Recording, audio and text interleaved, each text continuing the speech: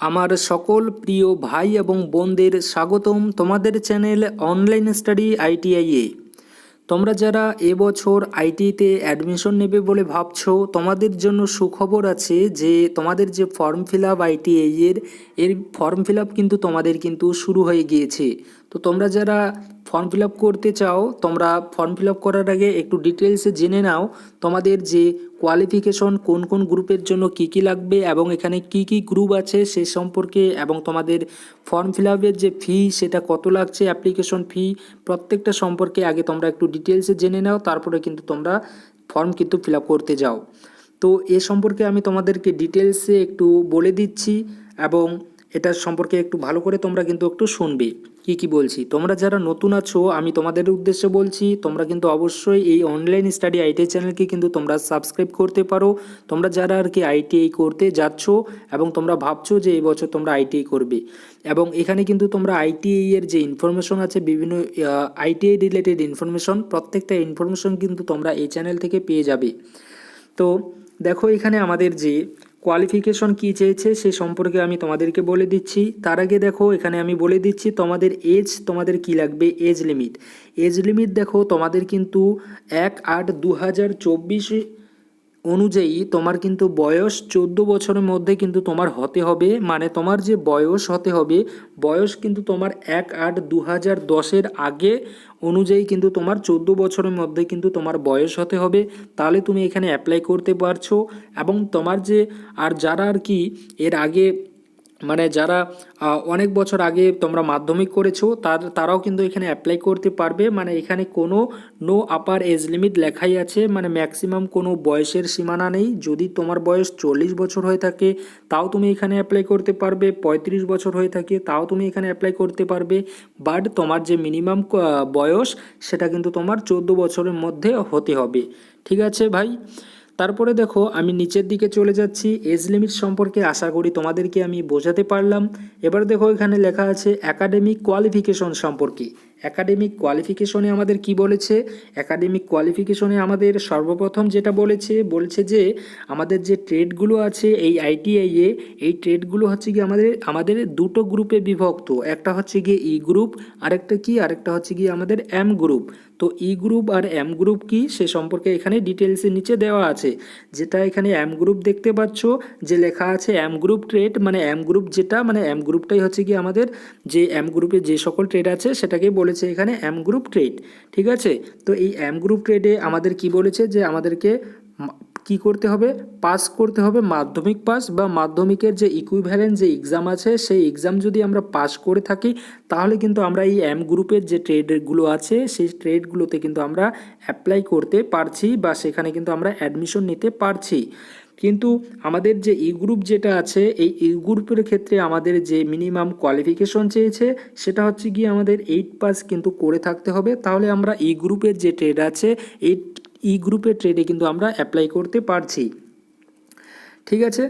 আশা করি আমি তোমাদেরকে বোঝাতে পারলাম। আরেকটা কথা এখানে তোমরা নোট করবে, আশা করি তোমাদের সবার যে এক্সাম, আমাদের যে মাধ্যমিকে, আশা রাখি তোমাদের যে মাধ্যমিক যে তোমরা এক্সাম দিয়েছো, মাধ্যমিকে অবশ্যই তোমাদের সায়েন্স সাবজেক্টগুলো ছিল। তো দেখো, এখানে কি লেখা আছে, যদি তোমার মাধ্যমিকে ম্যাথামেটিক্স এবং ফিজিক্যাল সায়েন্স যে সাবজেক্ট আছে এই দুটো সাবজেক্ট যদি তোমার থাকে তোমার মাধ্যমিকে, তাহলে কিন্তু তুমি এম গ্রুপের যে ট্রেডগুলো আছে ইঞ্জিনিয়ারিং ট্রেড, সেই ইঞ্জিনিয়ারিং ট্রেডে তুমি অ্যাপ্লাই কিন্তু করতে পারবে। মানে সেই ইঞ্জিনিয়ারিং ট্রেডে কিন্তু তুমি অ্যাডমিশন নিতে পারবে। মানে তোমার 10th-এ, মানে মাধ্যমিকে তোমাকে কিন্তু অবশ্যই ম্যাথামেটিক্স এবং ফিজিক্যাল সায়েন্স নিয়ে তোমাকে মাধ্যমিক পাস করে থাকতে হবে, তাহলে তুমি ইঞ্জিনিয়ারিং যে সকল ট্রেড আছে সে সকল ট্রেডে তুমি অ্যাপ্লিকেশন করতে পারবে বা অ্যাডমিশন নিতে পারবে। ওকে? তারপরে দেখো কি লেখা আছে এখানে, applicant is eligible for applying both M group and E group. মানে তুমি যে অ্যাডমিশন নিতে যাচ্ছ, অ্যাডমিশন কিন্তু তুমি অ্যাডমিশন নেওয়ার ক্ষেত্রে তোমার হয়তো মনের মধ্যে ঘোরাঘুরি করছে যে আমি এম গ্রুপে হব না এই গ্রুপে হব, বা তুমি ভাবছো যে আমি এম গ্রুপেও হতে চাই, এম গ্রুপের জন্য অ্যাপ্লাই করতে চাই এবং ই গ্রুপের জন্য করতে চাই, তো আমি কি এক্ষেত্রে অ্যাপ্লাই করতে পারবো দুটো গ্রুপের ক্ষেত্রে? তো এখানে অবশ্যই তোমরা কিন্তু এলিজিবল, তোমরা এম গ্রুপের জন্য অ্যাপ্লাই করতে পারো এবং ই গ্রুপের জন্য অ্যাপ্লাই করতে পারো, দুটোই একসঙ্গে কিন্তু তোমরা এখানে অ্যাপ্লাই করতে পারো। ঠিক আছে, তারপরে দেখো এখানে লেখা আছে মেরিট প্যানেল অফ অ্যাপ্লিক্যান্টস, তোমার যে মেরিট তৈরি হবে সেক্ষেত্রে এখানে কি বলেছে দেখো, এম গ্রুপ এবং ই গ্রুপ থেকে তোমরা যারা আছো তোমাদের সেক্ষেত্রে যারা তোমরা আর কি এম গ্রুপ থেকে আছো, তোমাদের এম গ্রুপের ক্ষেত্রে মাধ্যমিক বা মাধ্যমিকের সমতুল্য যে এক্সাম আছে সেই এক্সামে তোমরা যে নাম্বার পেয়েছো সেই নাম্বারের ভিত্তিতে তোমাদের এখানে মেরিট তৈরি হবে। আর যারা তোমরা ই গ্রুপ থেকে আছো, তোমরা 8 পাসে তোমরা যে 8-এ যে আর কি তোমরা নাম্বার পেয়েছো সেই নাম্বারের ভিত্তিতে তোমাদের কিন্তু এখানে ই গ্রুপের ট্রেডে কিন্তু তোমাদের মেরিট তৈরি হবে। ঠিক আছে, আশা করি আমি মেরিট সম্পর্কে বোঝাতে পারলাম যে কিভাবে তোমাদের মেরিট তৈরি হতে যাচ্ছে। তারপর দেখো এখানে কী লেখা আছে, procedure to fill up online forms, কীভাবে ফর্ম ফিল আপ করবে সে সম্পর্কে আমি তোমাদেরকে ডিটেলসে কিন্তু নেক্সট ভিডিওতে আমি তোমাদেরকে বলে দিয়ে দেব।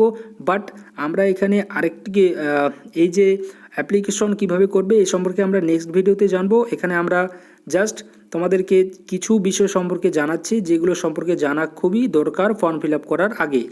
দেখো এখানে কি লেখা আছে, application fee of candidate, application fee হিসেবে তোমাদেরকে কত টাকা দিতে হচ্ছে বা পে করতে হবে। দেখো যারা তোমরা বয়েজ আছো মানে ছেলে আছো তাদের ক্ষেত্রে কিন্তু 200 টাকা লাগছে, আর মেয়েদের ক্ষেত্রে কিন্তু এখানে 100 টাকা লাগছে। এখানে তোমরা হয়তো অনেকেই বলবে যে যারা এসসি এসটি আছি তাদের ক্ষেত্রে কী রকম টাকা লাগবে। তো দেখো এখানে এসসি এসটির কোনো ব্যাপার নেই, তুমি যদি ছেলে হয়ে থাকো সেটা তুমি যে কোনো ক্যাটেগরি থেকে হয়ে থাকো না কেন তাহলে সেক্ষেত্রে তোমাকে 200 টাকা এখানে পে করতে হবে।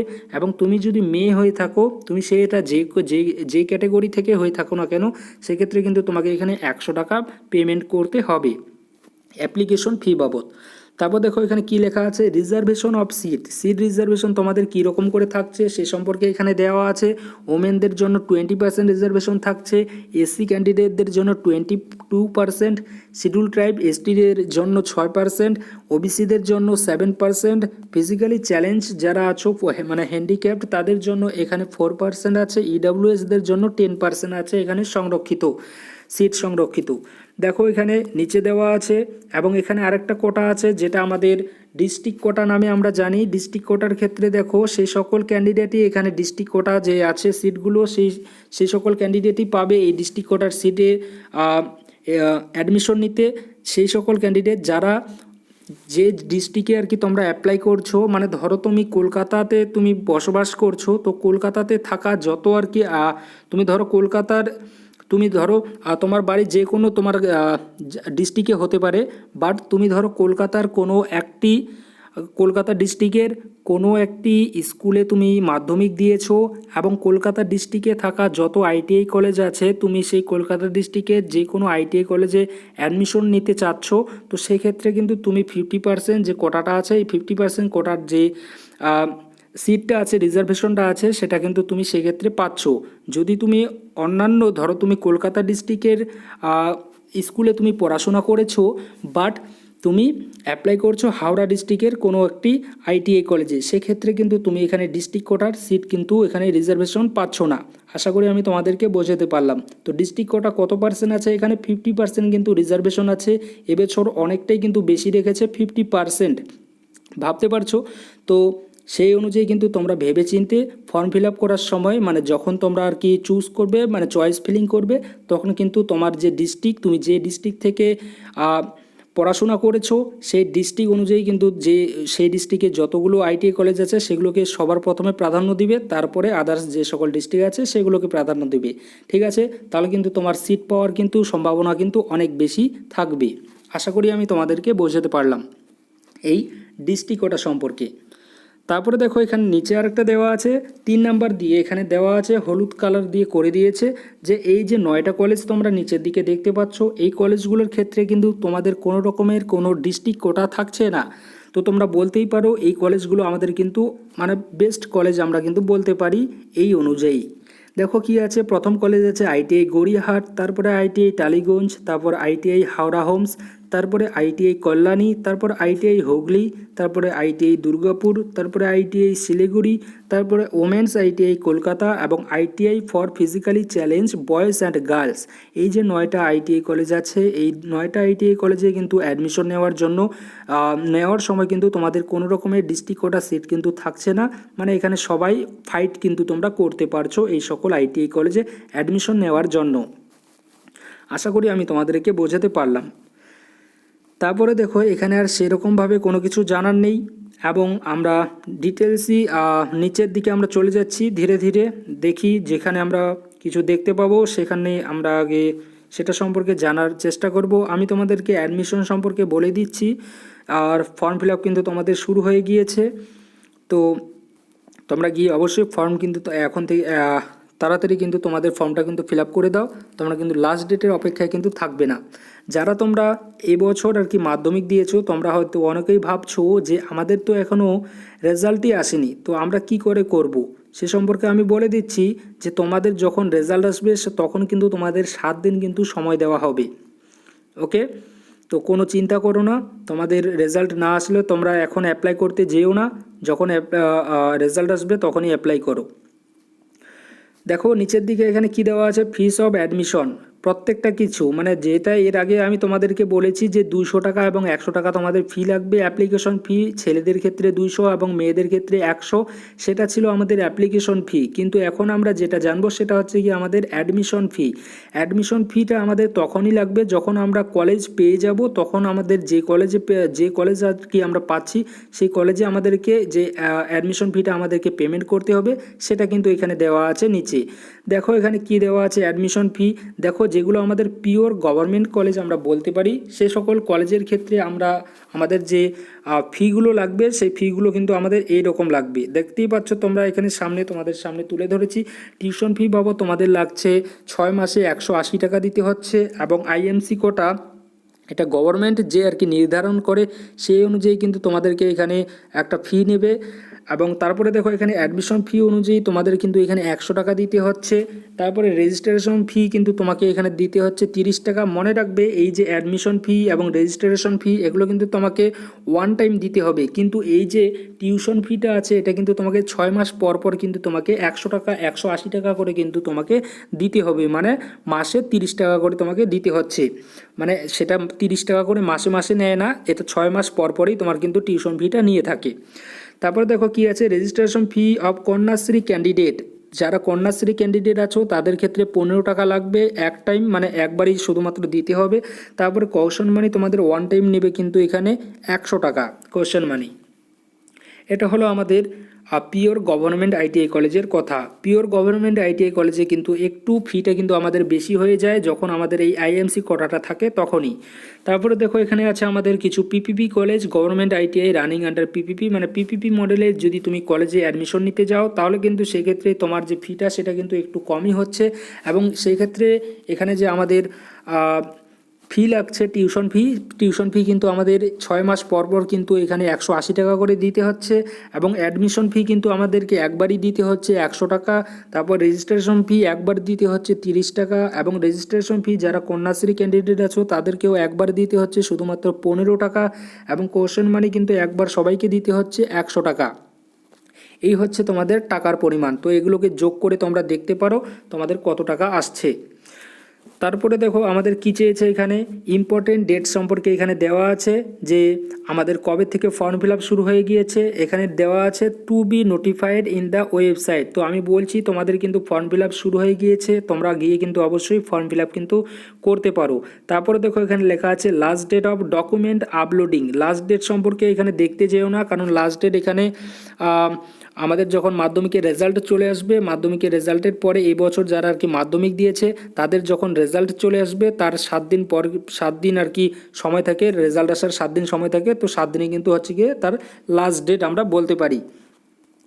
তো তারপরে দেখো এখানে নিচে আমাদের যে কলেজগুলো আছে, কোন কলেজে কতগুলো সিট আছে এবং কোন কলেজে কি কি ট্রেড আছে সে সম্পর্কে কিন্তু এখানে দেওয়া আছে, প্রত্যেকটা কলেজ সম্পর্কে দেওয়া আছে। তো তুমি কোন কলেজ সম্পর্কে ডিটেলসে জানতে চাচ্ছ এবং কোন কলেজে কি কি সিট আছে, কোন কোন সিট আছে তোমরা যদি জানতে চাও তোমরা কিন্তু অবশ্যই কমেন্ট করে বলে দিও, তাহলে কিন্তু আমি অবশ্যই ডিটেলসে কিন্তু তোমাদেরকে জানিয়ে দিয়ে দেবো। আর তুমি কোন ডিস্ট্রিক্ট থেকে ভিডিওটা দেখছো, তুমি যদি শেষ পর্যন্ত দেখে থাকো তাহলে তুমি অবশ্যই কিন্তু একটু তোমার ডিস্ট্রিক্ট নেম এবং তুমি কোন কলেজে অ্যাডমিশন নিতে চাচ্ছ তুমি কিন্তু অবশ্যই একটু ডিটেলসে বলবে। এবং যারা জানতে চাও যে যে কোনো কলেজ সম্পর্কে, যে সিট সম্পর্কে, যে কোন কলেজে কি কি ট্রেড আছে সে সম্পর্কে যদি তোমরা একটু ডিটেলসে জানতে চাও তো তোমরা কিন্তু অবশ্যই বলবে, আমি তোমাদেরকে কিন্তু ডিটেলসে জানিয়ে দেওয়ার কিন্তু চেষ্টা করব। আশা করি আমি তোমাদেরকে বোঝাতে পারলাম। তো আমরা আজকে কি সম্পর্কে জানলাম, এখন আমরা জানলাম আমাদের যে আইটিআই এর যে অ্যাডমিশন সম্পর্কে, যে আইটিআইতে অ্যাডমিশন হওয়ার জন্য আমাদের কি কি কোয়ালিফিকেশন লাগবে, কবে থেকে অ্যাপ্লিকেশন শুরু হচ্ছে এবং কোন কোন ট্রেডের জন্য আর কি কী কী কোয়ালিফিকেশন লাগছে, কোন কোন গ্রুপের জন্য সে সম্পর্কে কিন্তু আমরা ডিটেলসে জানলাম। আশা করি আমি তোমাদেরকে বোঝাতে পারলাম এই যে কী কী আর কি আমাদের চেয়েছে এখানে আমাদের অ্যাপ্লিকেশন করার জন্য আর কি। আশা করি আমি তোমাদেরকে কিন্তু বোঝাতে পেরেছি। যাই হোক, তোমরা যারা নতুন আছো আমি আশা রাখি তোমরা এই অনলাইন স্টাডি আইটিআই চ্যানেলের সঙ্গে থাকবে। Thank you.